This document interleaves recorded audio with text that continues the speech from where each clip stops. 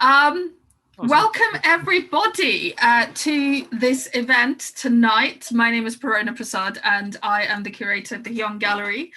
And it's an immense pleasure to talk to Stuart Pearson Wright again. Those of you who have followed us over the past 5 years might have come to his exhibition Halfboy, which opened in the gallery in 2018 in November. Since it closed in February 2019, it's been 2 years.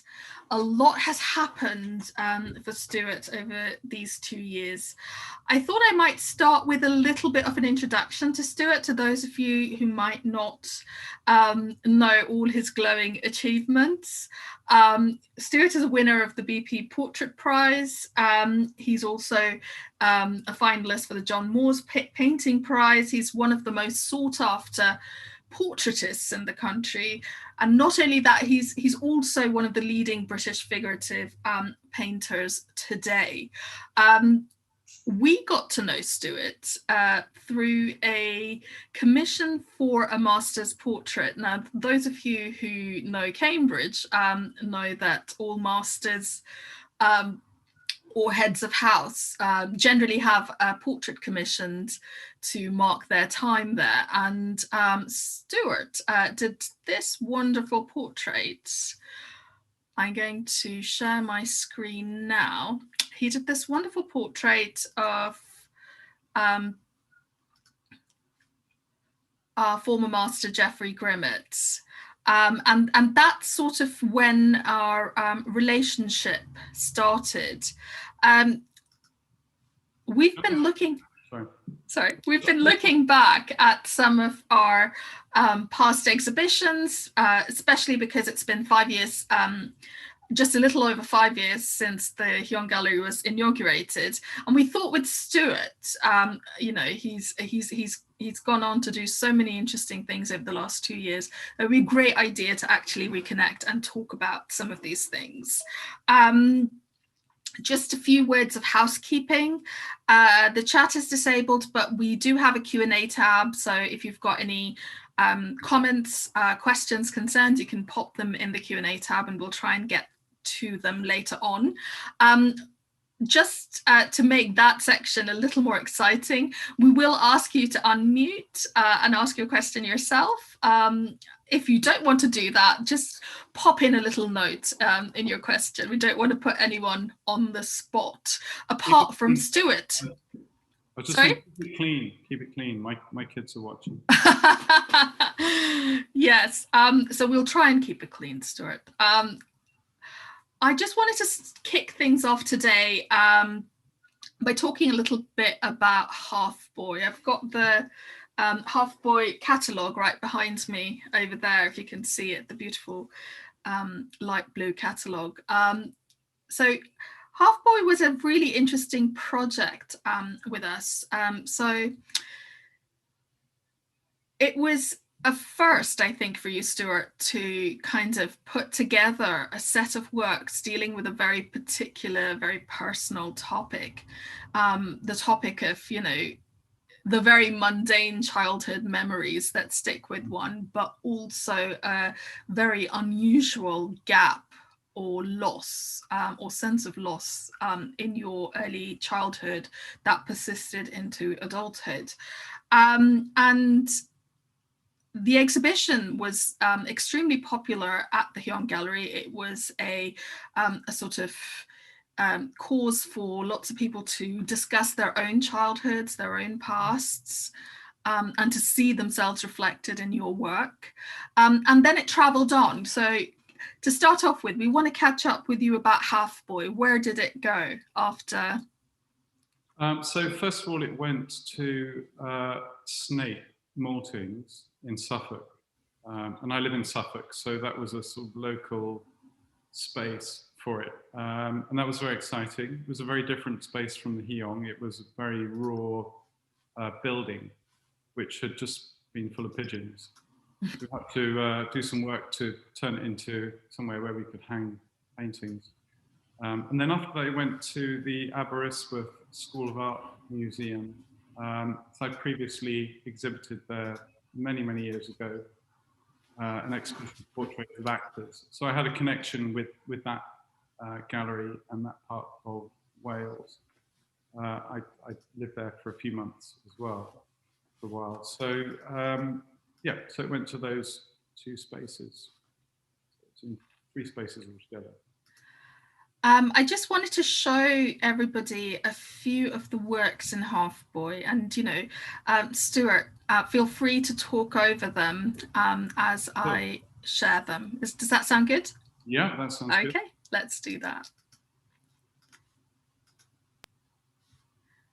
So this one is called Stepdad. And it was the first in the series of paintings I made, and features myself as an 8 or 9-year-old with my stepfather, Cyril, in our house in Buckinghamshire, Blackwell Heath, where I spent several years during my childhood.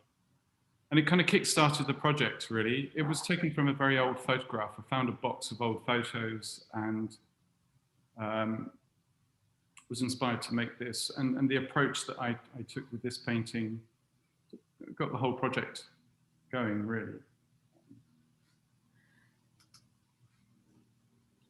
That one's called Halfboy and Half-Sister. And it may be worth talking about the word half-boy and where that comes from. Because I was a slightly different connection to the other two than they had to each other. And I sort of felt that growing up. That one's called Halfboy and Mother.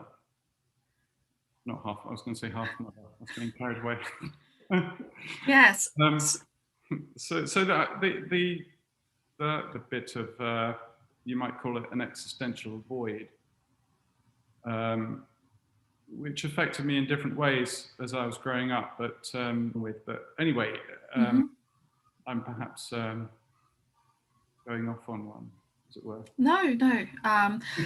I thought that would be interesting for everybody to have a look through these, because something quite dramatic has happened about this, this kind of unfillable void in your sense of self that you explored in Halfboy. And that this series of works is a sort of inner investigation, kind of really, pretty excoriating look at childhood insecurities and loneliness.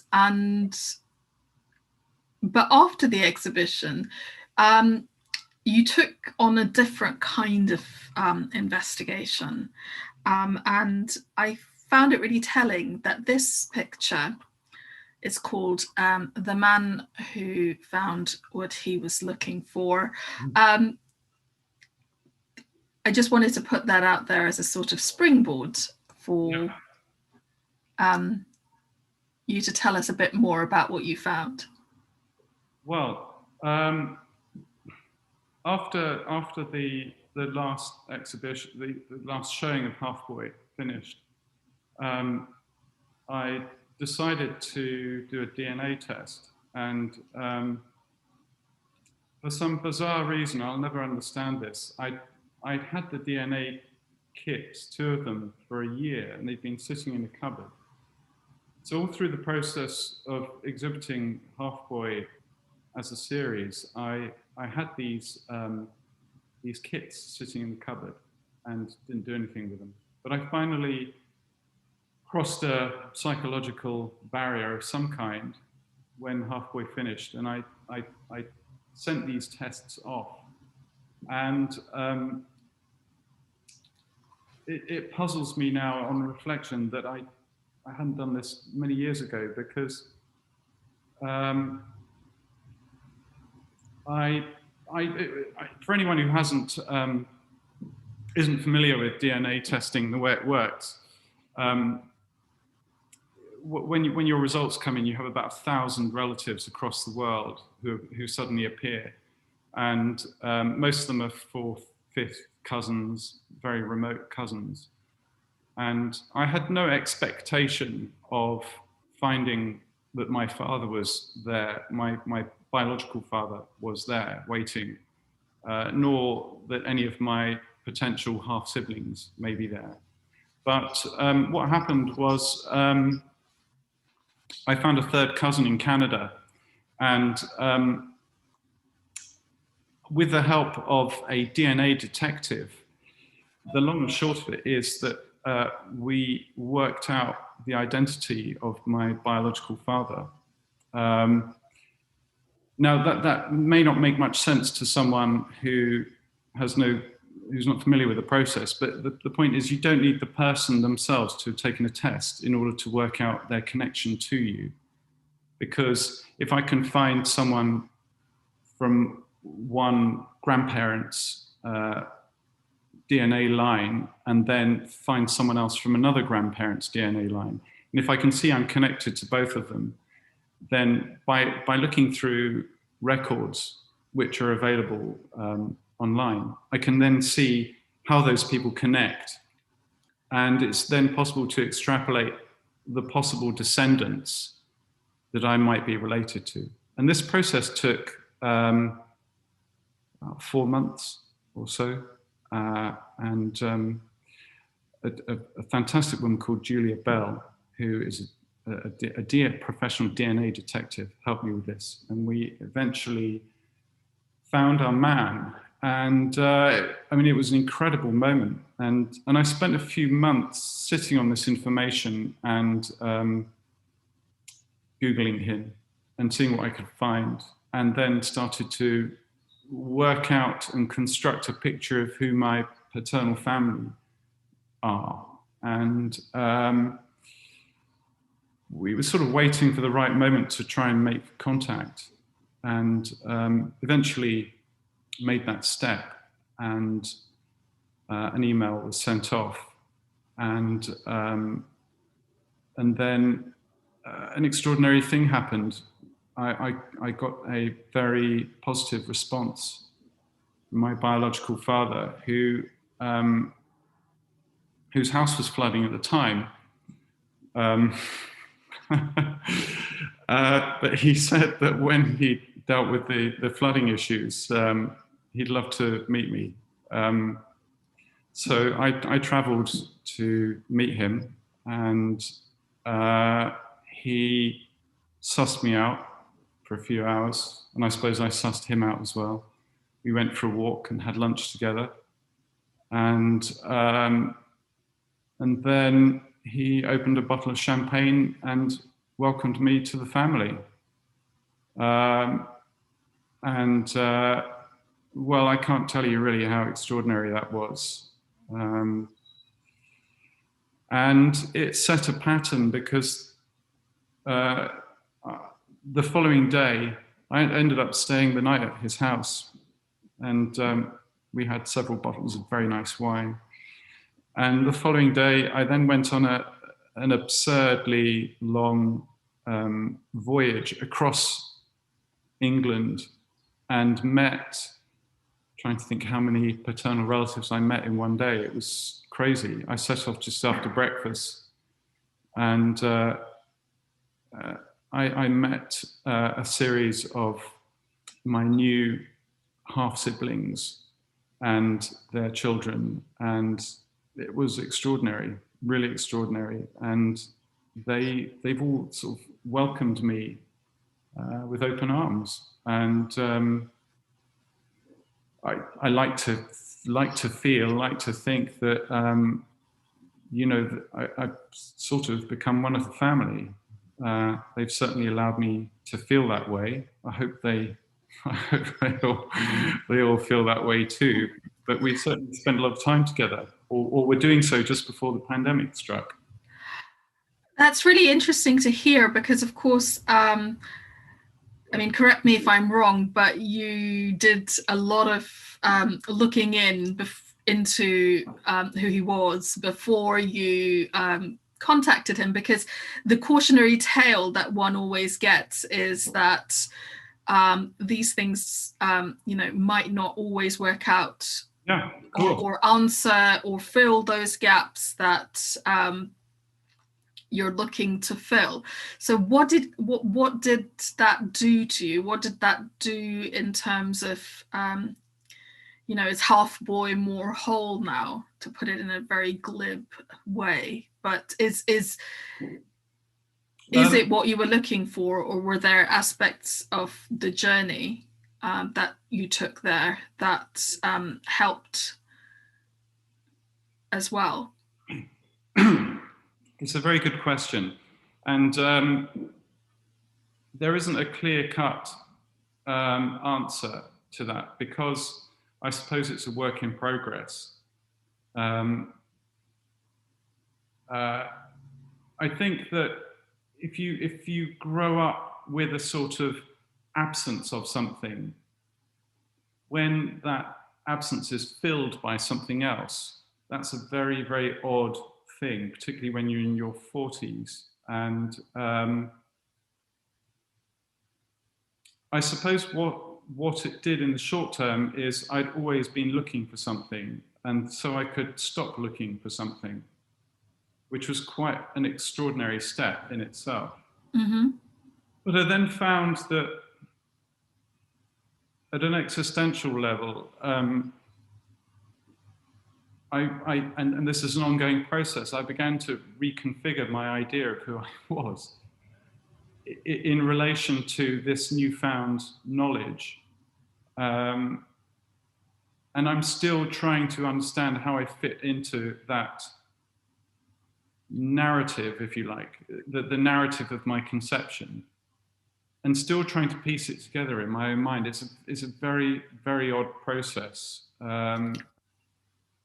Yeah, well, tying it back to your art, and you've most of us don't have the incredible sort of skill to process some of these really difficult questions through art. And one of the things that you did was create a portrait of your biological father, which we can see behind you, can't we? Yeah, on the wall. On the wall over there. Shall I share it as well, so that we can have a look at it together with everyone present today? I find it really interesting that it's a very beautiful drawing, but I find it interesting that this is the form in which you wanted to first kind of represent your father. And any sort of insights on why, what you wanted to achieve with this picture? Because of course well, I suppose it all starts with drawing rather than painting.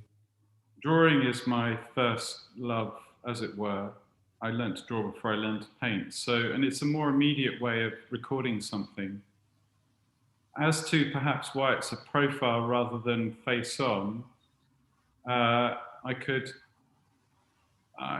suggest that had something to do with the fact that I feel he has a magnificent nose, which I'm very envious of, because I don't seem to have inherited the nose. Although I do seem to have inherited the forehead and the hairline. I just think there's something epic and iconic about a profile. I think it's the associations of faces on coins, or our idea of how Roman emperors look. I sort of think of those sorts of things. I love profile drawings of people. I often make them. And I think you can tell more about a head by looking at it from the side. If you've got to make one drawing, I think it's got to be profile. I mean, I'm hoping I can do some more, but I did this just before COVID, and that sort of made life settings a bit tricky, to say the least. But Well, when we were talking earlier, you told me that when you went on this quest, you didn't paint for 6 months and you didn't kind of make work for 6 months. Was this the work that sort of started things again for you, or? No, I was working on. Had to start working on commissions because I have a family to feed, and I can't really afford to spend months and months at a time searching for lost relatives. Otherwise, we won't have anything to eat. And I think my family were quite understanding that I seemed to spend months and months just sitting at my computer obsessively searching on Ancestry and 23andMe. It was quite obsessive, but I think that's because I could see that all of a sudden there was a possibility of there being some conclusion to the search. And so the drive forward to find that was extraordinary. It really was. It was very exciting as well. And it was a very, very, very happy ending to that search for me. On many levels. There was some sadness as well because I had one of the siblings, or half siblings, sadly had died several years just before I made contact. And that's been a very difficult part of this process, actually, trying to come to terms with that, because he was an extraordinary man from my understanding. And I mean, they're an extraordinary family, really extraordinary, wonderful family. But yeah, that's been a very difficult aspect of. He was actually an artist as well. So sort of finding and losing at the same time. Yeah, that's been very odd. Yeah. And yeah, it's very odd not trying to grieve, but grieving for someone you've never met, or grieving for the absence of them. You know, I can't tell you how much I would love to have met him. So, but you know, that brings me on to something that you do, which is really quite extraordinary in how the world remembers people. Yeah. You know, as somebody who's so renowned for portraiture, you know, what you do as an artist is create these images through which we remember very often people who aren't with us anymore. But I think it was around this period that you also did what I consider a really, you know, extraordinary commission, because it's not about one portrait, but 42 in one. And I was just wondering if you wanted to let us know a little bit more about this commission as I bring up the image. I mean, the thing that strikes me about this is that, you know,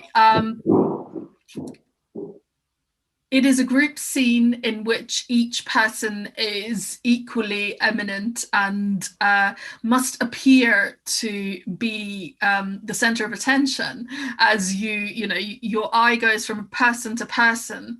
And it shouldn't actually settle on any one person or any one group of people, because it is a sort of group portrait of so many people.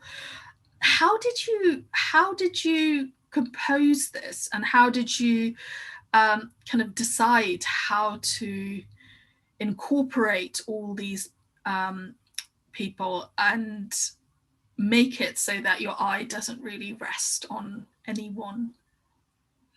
Well, I should perhaps start by saying a little bit about who these people are. So these are the Dilettanti Society, or 42 of them. I think there are more of them, but these are the ones who wanted to be part of the group portrait. And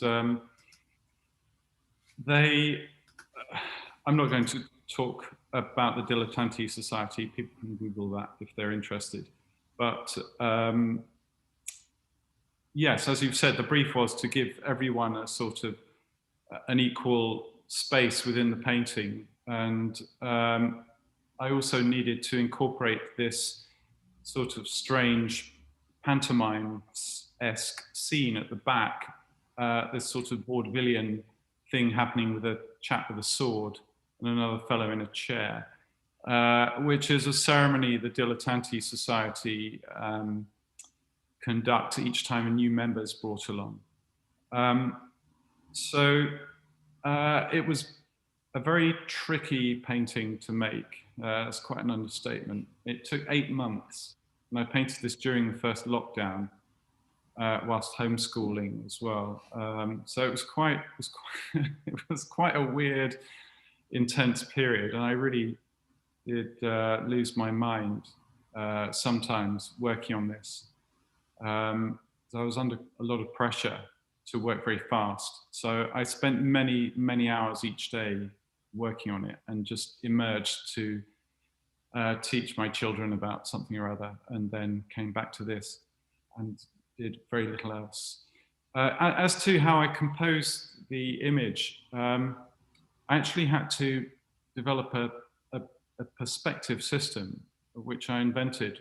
I'm trying to remember how I did it now. It involved lots and lots of mathematics. There were horizontal lines drawn across the canvas. It's a huge canvas, by the way. It's about 2 or 3 meters wide. And so each of the lines had a name, and they were sort of numbered, as it were. And the system meant that I could plot. Well, I asked for the actual height of each sitter, and I could do a calculation so that I could work out exactly how tall somebody was within the canvas, within the pictorial space. Wherever I put their feet, I knew how high they would be, which is quite essential when you've got that many figures, because otherwise you start working with different scales. I don't know if I'm explaining this very well. No, absolutely. I think that's absolutely fascinating. Yeah. Yeah. So anyway, it involved lots of mathematical calculations that I couldn't get from a book somewhere. I had to sort of invent a system. One of my new brothers is a mathematician. If I'd known that, I could have given him a ring and he could have helped me, perhaps. But I mean, the background itself took 4 months. Just painting all those architraves and everything. And yeah, so this is the crucial bit. The figures were all created on paper cutouts, first of all. So I was able to move them around the canvas to create a composition that worked with paper cutouts. Uh-huh. And then I took each of those off and painted each figure in turn. That makes sense. Yes, absolutely. And I think it's really interesting to think about, the processes involved in actually achieving images, the technical kind of side. And you can't, I mean, in this image, you've got sort of the bottom halves of 2 historical paintings. So it's really interesting to hear the kind of, I mean, I don't know if there was any kind of formal art historical research that you did to put this together, or something that you'd come across. No, not really. But I mean, I've never actually gone out of my way to study art history. I've just absorbed it. And there are major influences. The early Flemish masters. You can probably see their influence here. People like Dirk Bouts and Van der Goes. The perspective system. The way the floor plan is tilted up, with great depth to. There's a magnificent crucifixion scene in the Musée des Beaux-Arts in Brussels by Dirk Bouts, which I have a surprise for you, Stuart. If you'd like, I can show it to. Well, you've got it there already. I do, because this other picture that I want to talk to you about reminded me Ah, well, there it is. So that's the crucifixion, and that's also Yeah, Dirk Boot's in the National Gallery of the I love these paintings. movement. That crucifixion scene is probably one of my top 3 favorite paintings in the whole world. And I couldn't exactly tell you why, but I just think it's magnificent compositionally. And it's the fact that the figures look like they're cut out of paper as well as being real. There's a sort of paradox between the real and the theatrical somehow. It's that combination. The details are naturalistic, and yet no one actually looks real. It doesn't actually look like a real space. So it looks like a piece of theatre. So it's almost at one remove. Mm-hmm. So do you want to revisit that question about art history and its influence and how you? There's Bertolt Brecht, the playwright, talks about distancing effects in his theatre, and he never wanted the audience to think that they were looking at something which was real. He always wanted to remind them that what they were looking at was a theatrical construct. And that idea is always at the back of my mind. And that's what I think I love about these paintings here. The fact that you can never quite believe that that's real, and yet the details are real. You know, the way, like with the Christ being plopped into the tomb there, you know, those look like real ribs and nipples and tears. All the details are real. I think I've said that anyway. The details are real, but the scene is manipulated for a greater effect. Yeah, I don't know if they were influenced by Bertolt Brecht. That's probably very unlikely. It might have been the other way around, but yes. So if we have another quick look at this picture and then move on to another really wonderful thing that you've intriguing painting that I came across while looking at your new work. And it's called Wrestling Norfolk Style. What's going on here? Well, one of the other exciting things that's happened since Halfboy is that I've started working with Flowers Gallery, who are a great gallery, I think, based in London and also in New York. And they have a new space in Hong Kong. And they asked me to make a piece for a group exhibition with a specific format. It was a 50 centimeter square canvas, I think. So this was a response to that brief. And I had just discovered wrestling when it came to a village hall near me. And it was like a kind of revelation. I'm not quite sure why I had never thought of attending a wrestling match before, but I found that I loved everything about it. And I'm not a big sports fan, so it wasn't the fact that it was a sport. I think it was probably the fact that it again is very, very theatrical. Mm-hmm. There's a sense of choreography, a sense of sort of known moves being put together in different sequences, and of sort of bodies colliding in space, which I can imagine appeals to, you know, somebody who's so kind of invested in representing the figure. But was there, I mean, was from some of the figures around, you've got lots of things happening in the ring. You've got the Christ-like figure kind of resting against the ropes, but you've also got these people who are just sitting around with almost expressionless, taking it in like you would sit in front of a television. Well, I mean, what's not to love about that, really? You've got the theatrical space again. You know, this this fabulous object, which is a wrestling ring, which becomes a stage. You know, you've got the human figure, but you've also got the sort of the plain and the miserable and the banal. You know, the details like the exit sign and.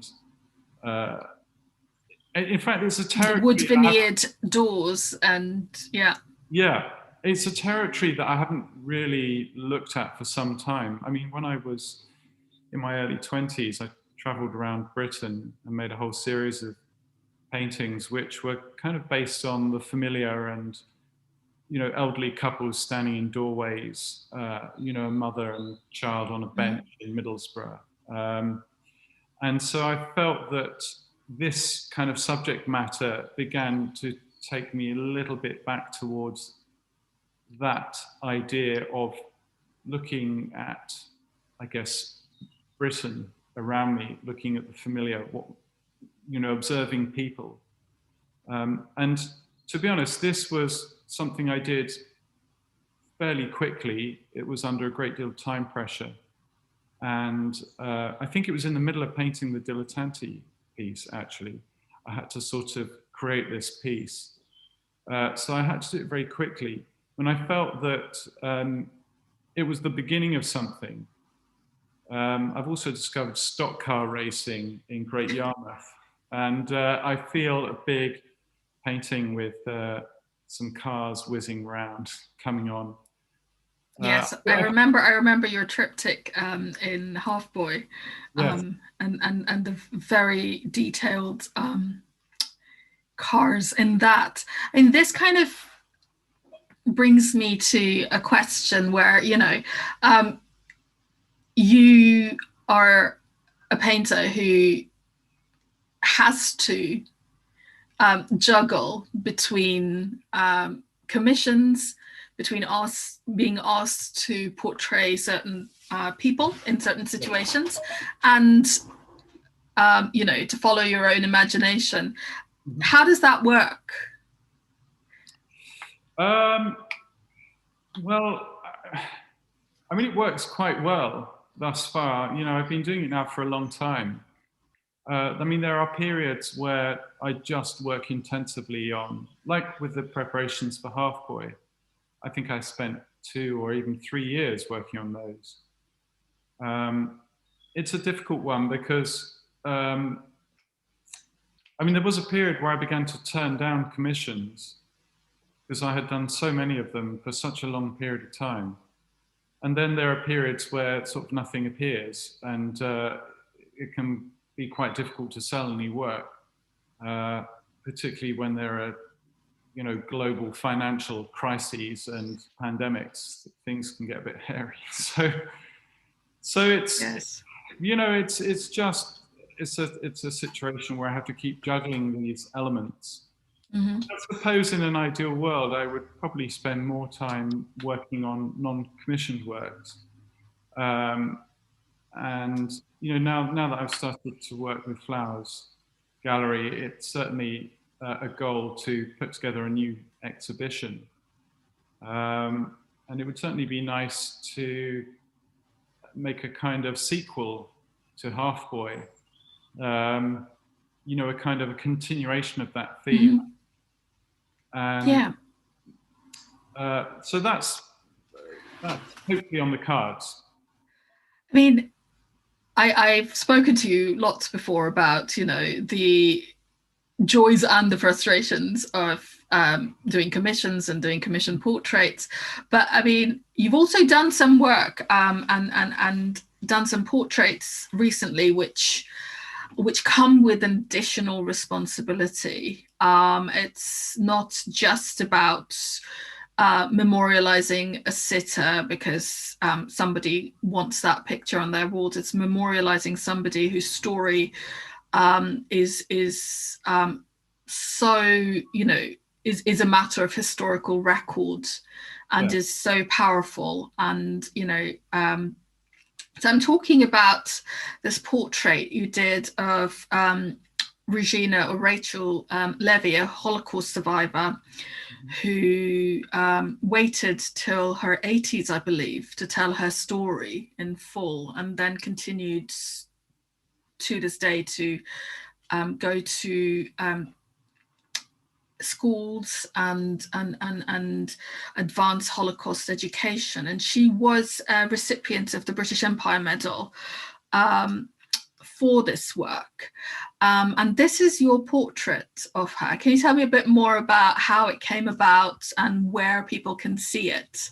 Yes. And how you made the decisions that you did and how to portray her? Because I mean, that's another thing you do.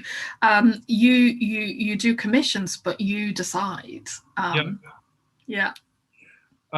So the commission actually came from His Royal Highness the Prince of Wales, who not many people may realise is a big patron of the arts, and had previously commissioned me to paint two soldiers or pilots, sorry, who were active in the Second World War, which became part of, each of those became part of a bigger project, which was exhibited at Buckingham Palace. So that's the intention with this portrait. This is going to form part of an exhibition at Buckingham Palace next year in January. Well,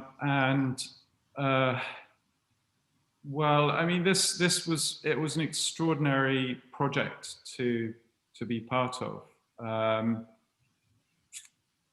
An incredible privilege, and possibly, with the very possible exception of the portrait of my new dad, my biological father that we've just seen, this was perhaps the most emotive portrait I've ever worked on. So I had a sitting with Rachel during the pandemic. And because she's in her 90s, I was absolutely terrified of giving her COVID. It was a terrifying prospect. So I just took photographs and tried to be as quick as I could. And I drove to London, where she's based, and then cycled to her home, avoided public transport, just so I didn't pick anything up en route. And I just took hundreds of photos of her in a very, very short space of time. And I couldn't see anything because my mask made my glasses steam up. So I was just pointing the camera at her and hoping for the best. And well, she's an incredible woman, needless to say. And it was, I was quite overwhelmed by her dignity. She's got an incredible quality about her. It's a very humbling experience, I think, to enter the same room as someone who has such an extraordinary story to tell. And whilst I was painting it, I listened to an audio recording of her story several times, actually. Mm-hmm. It's available online for anybody. Yes. As part of an oral history project at the British Library, I believe. I think it's also at the Imperial War Museum. Imperial War Museum, you're right, yes. Yeah. Yes. And I discovered the Imperial War Museum has a whole series of recorded narratives, which are amazing and well worth taking a listen to. But her story is just very, very affecting. I mean, how can anyone not be moved by that kind of history?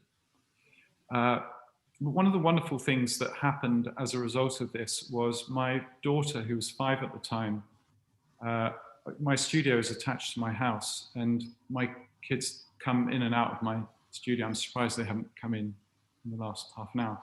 But my daughter came in and saw this on the wall and was very curious about it, asked who Rachel is, and was very interested to know why she had a medal. And so I told her a little bit about Rachel's story and what Rachel had been through. And my daughter absorbed all of this and then disappeared. And then she came back in the studio later with a medal which she had made and a letter.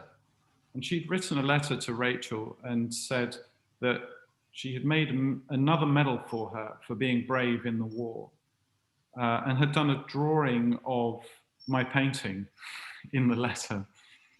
So of course I posted that off to Rachel, and we got an extraordinary response.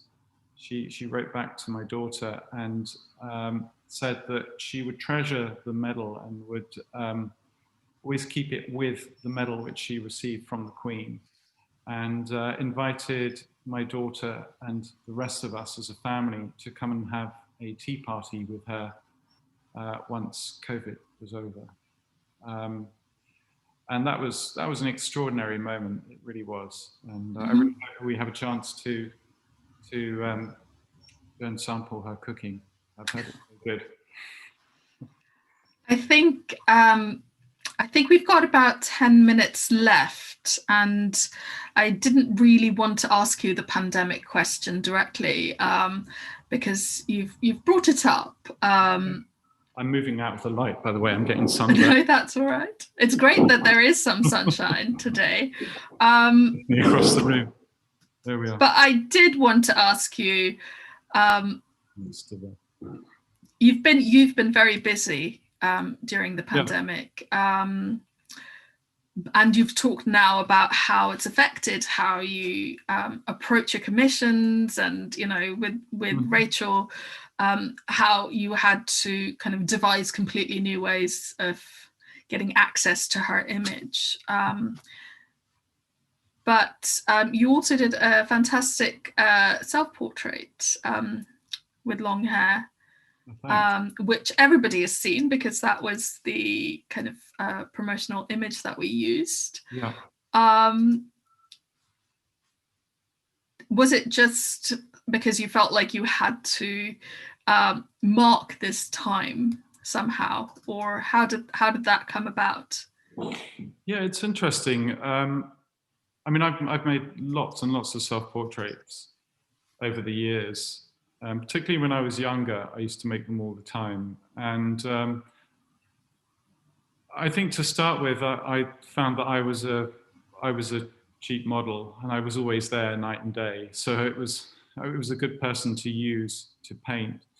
But then more recently, I suppose self-portraits tend to mark changes or a period of questioning, a period of uncertainty. So tellingly, I made a self-portrait after Brexit happened, and I was quite upset about that, and so I was finding it difficult to know what to do with my feelings of anger and everything else. So I did a self-portrait Brexiting, which was me wearing a European flag T-shirt designed by Wolfgang Tillmans, and with a clenched fist and an angry expression. And whilst it didn't change anything, I suppose at the time it was a way of processing those feelings. So I suppose when I found myself in the grips of a pandemic and I was locked away, self-isolating in my studio. I mean, I've been self-isolating for the last 30 odd years, so that wasn't anything new. But I had been growing my hair. It did get quite long, and so that in itself was worth marking with a self-portrait. I felt I had to record that because my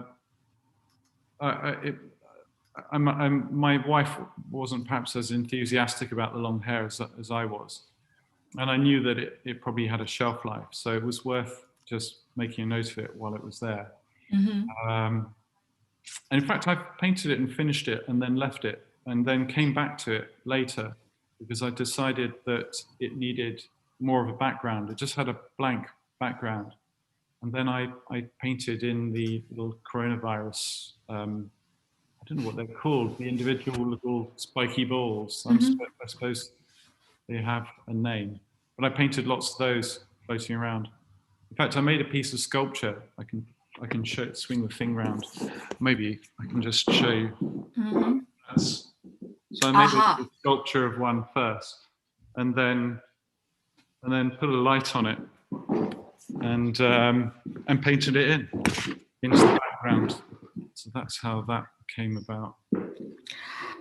I'm going to move on to audience questions because I see that there are quite a few. I'm going to, Stuart would prefer that we allow you to ask your own questions. So I'm going to try and find you so that you could ask your questions yourself. I think the first person I have is Jeremy Snape. Hello, Jeremy. Did you want to ask your question? They don't have to if they don't want to, by the way. They can just type them if they're shy. Well, can you hear me? Yes. Hi. Hi. Well, this might be a bit of a cheeky question, but with the death of Prince Philip, which was recently, obviously, I just wondered what happened to that fine portrait you did of him some years ago, and I believe he was ambivalent about it, and but I must say I personally loved it, and I noticed that he didn't have any clothes on his top, in the same way that your recently found father didn't have any clothes on his top when you drew him. So that shows I'm consistent. Yeah. So sorry, the question was what happened to the painting? Yes. Yeah. Well, it was commissioned by the Royal Society of Arts, and when they saw it, for some reason they decided they didn't want it. But I took solace from that because Caravaggio had work sent away, although he was a murderer. But just so I'm not sharing his moral compass in any way, but so I made another painting for them, and they were quite content with that, I think. And I sold the first one actually to a man from San Francisco who still has the painting, I believe. And in fact, my family and I were traveling through San Francisco about 3 or 4 years ago. And I got in touch with this man and went to go and see him and saw the Prince Philip portrait hanging in his house. Good. Well, that's a happy ending. Sense in that context. He had lots of unusual things he'd collected, but that's where it was a wonderful picture anyway. Well, thank you. I mean, I must admit, I don't really like it very much, but well, anyway, thank you very much for your comment. Okay. Thanks, Jeremy. I'm going to go over to David Labor. David, would you like to ask your question in person? You've got a couple of questions, they're really interesting. One about loneliness and one about the picture of Stuart's dad. Yeah?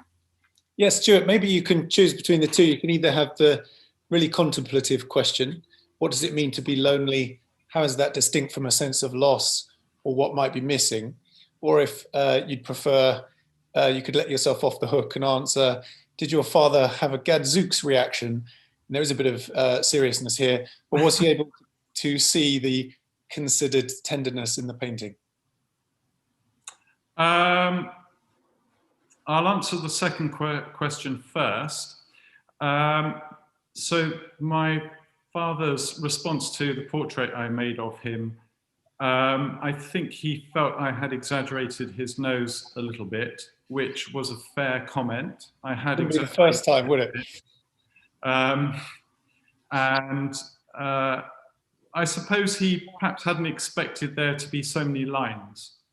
But he is a very, very handsome fellow, and but I suppose he is in his 80s, so one does expect a few lines by that stage. But I'm sure in the fullness of time he'll get used to that approach. I'm hoping I might do some more portraits of him. We'll see. Watch this space. Is it possible just to come back to that first question? Just repeat that. It was Sure. about loneliness. Yeah. I guess I asked this question to give a slight background because I feel like you're able to generate such a strong sense of this emotion in your paintings. Something I've never really managed to get hold of anywhere else, really, whether in poetry or novels or wherever it is. And so I thought I'd ask you, what does it mean to be lonely? And how might that be distinct from a sense of loss or what might be missing? Wow, that's a very good question. I don't know if I can do it justice. Well, I mean, I feel that loneliness really is just an intrinsic part of being human. Personally, that's how I interpret it. I feel that I imagine we're all, a lot of the time, feeling quite lonely, and we find ways of either hiding that or ignoring that or pretending that isn't there or keeping ourselves busy. And I think that's partly due to the fact that we're social mammals, and yet we exist in strange non-mammalian activities like sitting by ourselves in a room for half our lives, when we should really be around a campfire singing and eating nuts and berries. I think that's largely to blame, the way that we structure our societies. Now, the second part of the question was, how is loneliness distinct from, what was the next part, sorry? Yeah, either a sense of loss or what might be missing. Okay. Yeah, I mean, I think that's quite different. I presume that's directly in relation to what I was talking about earlier. Exactly, yeah. About how the search for your father might have influenced the loneliness that you mentioned when I came to see Halfboy. Yeah.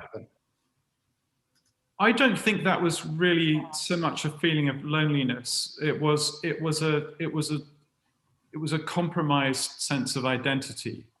It was an existential void, which is different. It's a subtle difference.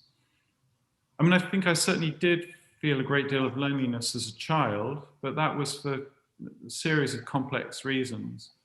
I think it was because I was effectively an only child, and I had lots of cousins who were in groups of 3 or 4 or 2. My own 2 siblings through my mother were much older than me. I didn't grow up with them. So, and I was on the move a lot as well. My mother and I were on the move a great deal, a sort of nomadic existence for some years. So I think children who spend a lot of time moving around without siblings their own age tend to become quite introspective, perhaps. Certainly happened in my case. So what was the relationship between that and I think it's a different thing, really. Thanks, David. We've got I'm not sure you can answer this question, but Genevieve, did you want to ask your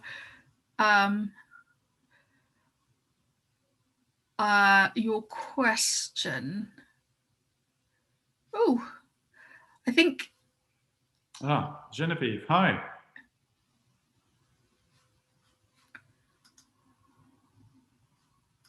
I don't think. There we go. Yes. Oh, we can see her as well. Yes.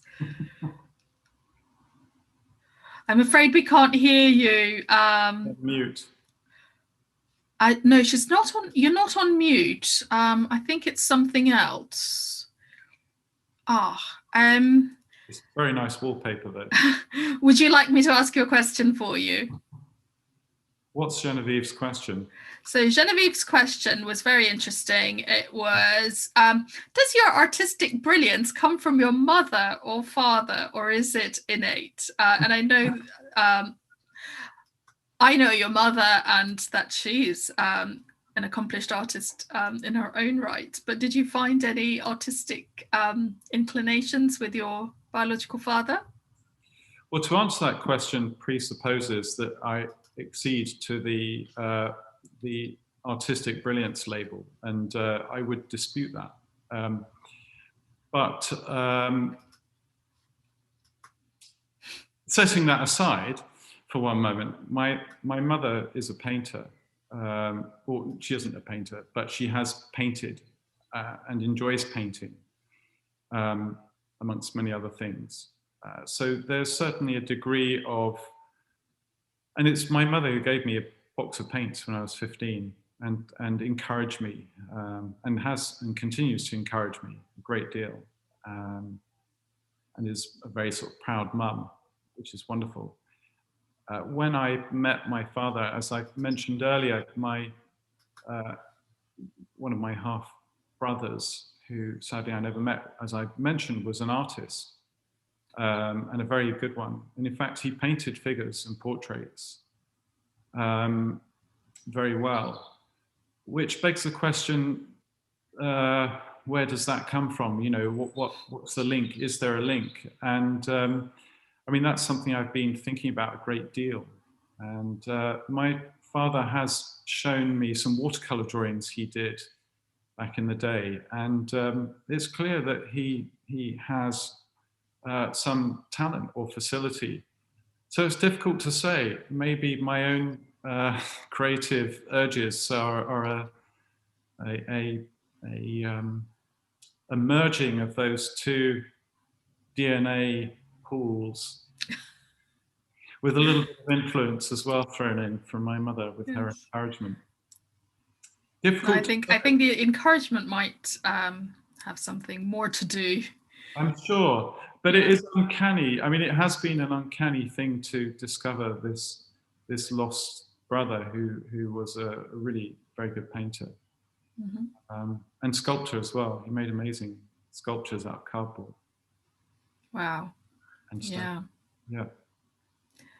I'm going to invite Leila Choate France, if you'd like to ask one or both of your questions. Hi, Stuart. Hi.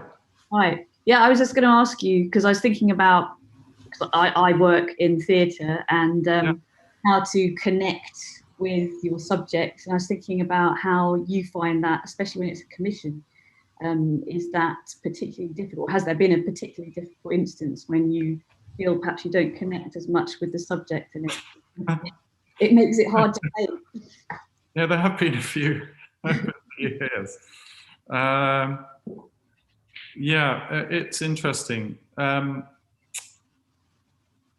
Usually I do connect with my sitters or subjects, and it's a great process. You know, it's a wonderful process. It can be, and it ought to be. And I haven't been doing it for a long time because of lockdown. You know, I've only worked from photographs exclusively for some years now.